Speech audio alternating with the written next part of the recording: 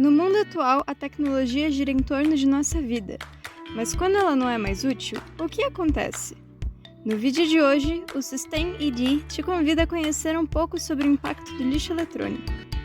SustainED é um projeto de extensão na Rede de Educação para Futuros Sustentáveis, que, em conjunto com diversas universidades brasileiras e a Universidade THI na Alemanha, busca conscientizar a juventude da tecnologia sobre os caminhos e as possibilidades para uma sociedade mais ecológica. Você sabe o que é poluição? Considera-se poluição tudo que está presente, é lançado ou liberado na natureza em grandes quantidades ou que interferem diretamente nas características naturais daquele ambiente. A contaminação do solo por metais pesados descartados incorretamente é um exemplo disso. E onde a indústria eletroeletrônica entra nisso? A indústria eletroeletrônica produz todos os aparelhos que nós usamos em nosso cotidiano, inclusive o que você está vendo nesse vídeo agora. Para fazer isso, elas utilizam muitos recursos naturais não renováveis. Um monitor comum de computador sozinho exige cerca de 240 kg de combustíveis fósseis, 22 kg de produtos químicos e 1.500 kg de água tratada. E tudo isso é para uma parte da produção apenas, ainda tem todo o resto do computador para ser feito. A sigla REEE representa Resíduos de Equipamentos Eletroeletrônicos, ou seja, tudo aquilo que polui a partir de produtos eletrônicos. Esse conceito engloba tanto a poluição material, como o plástico dos produtos, quanto a ambiental, por exemplo, a contaminação de rios e lagos pelos metais pesados que constituem os componentes desses produtos. Por mais que sua cidade tenha uma política de reciclagem de materiais, a realidade é que componentes do tipo dificilmente são reciclados, pela complexidade da separação dos componentes que compõem os aparelhos eletrônicos.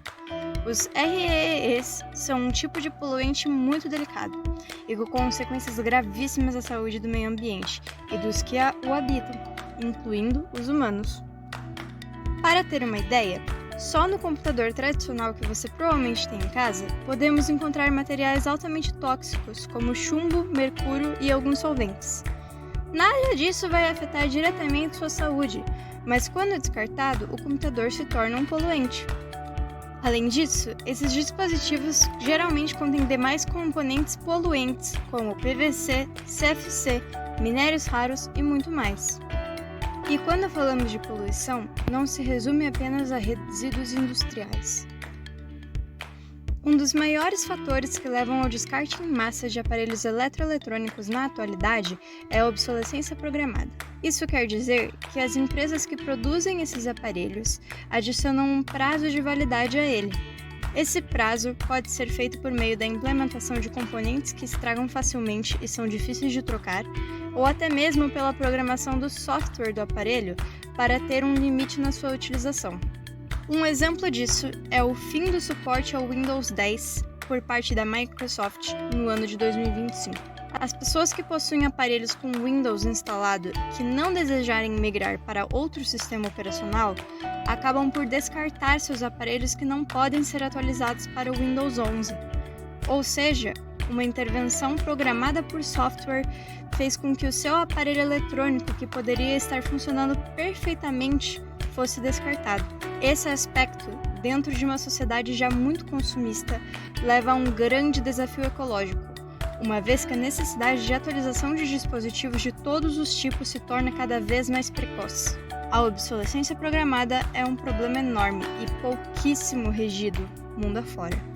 O impacto ambiental dos REEs é muito significativo. Sobre os componentes dos computadores, o ecólogo Genebaldo Freire Dias discorre. Um micro, em média, gera 63 kg de lixo, a 22 dos quais correspondem a materiais tóxicos, principalmente o vidro dos monitores, o mercúrio e formas das unidades centrais de processamento, o arsênio e substâncias orgânicas halogenadas, que constituem ameaças à saúde e ao meio ambiente. O impacto começa na mineração dos materiais necessários para a confecção dos mais diversos materiais eletrônicos, desde a placa dentro do controle da sua garagem ao computador mais avançado do planeta. A extração de minérios é danosa em termos do esgotamento dos recursos naturais, bem como da contaminação do ambiente ao redor.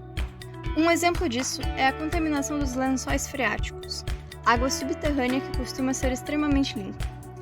Esses lençóis podem fornecer água a certas regiões e interferir no fluxo de rios importantes. Só nos Estados Unidos, sabe-se que o setor eletroeletrônico contribui para pelo menos 50% da contaminação dessas águas. Falando em metais pesados, o chumbo está presente na composição do estanho de solda eletrônica convencional. Esse metal pesado, portanto, está presente na esmagadora maioria dos aparelhos eletrônicos que possuímos, o que mostra a dimensão dessa poluição mundo afora. Se essa poluição afeta o ambiente, afeta também os seres humanos.